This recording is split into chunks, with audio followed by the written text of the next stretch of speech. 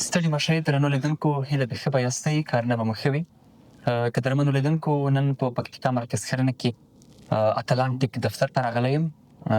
دې دفتر ته ځکه راغلم چې دوی په پکتیکا کې یو نوښتیز کار کړی دی او یو دغسې ټکنالوژیکي مرکز یې رامنځته کړی دی چې تر دې مخکې په پکتیکا کې دا خدمات نه وړاندې کېدل او دوی به په یو نوې بڼه باندې په یو ښه بڼه باندې د پکتیکاوالو لپاره دا خدمات وړاندې کوي. دا چې په دې دفتر کې کوم کارونه ترسره کېږي دا به یې له مسؤل ښاغلي منصور ملت څخه واورو. ملت صاحب ښه راغلی. ډېره مننه، تاسو ته هم ښه راغلاست. کورولان ډېره مننه. دا چې ما مخکې هم یادونه وکړه تاسو پکتیکا کې د لومړي ځل لپاره یو داسې دفتر فعاله کړی دی چې بېلابېل ټکنالوژیکي خدمات وړاندې کوي خلکو ته. مهرباني تاسو راته ووایاست چې کوم خدمات تاسو دلته لرئ؟ ډېره مننه.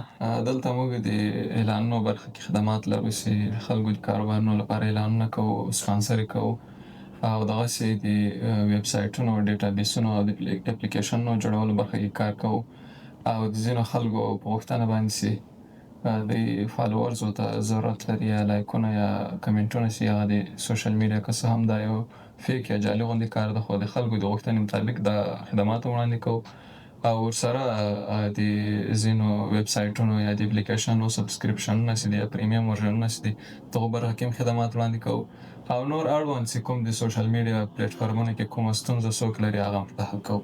ډېره مننه. په اوسني عصر کې او په اوسني هغه ټکنالوژیکي پرمختګونو کې دغو شیانو ته څومره اړتیا ده؟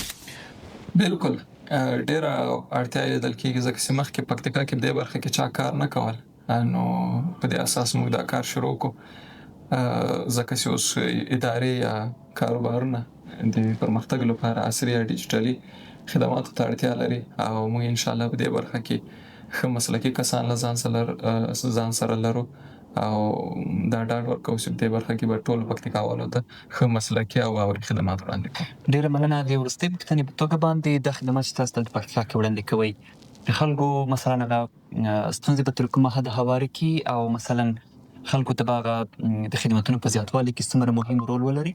مهرباني په دې اړه راته ووایاست.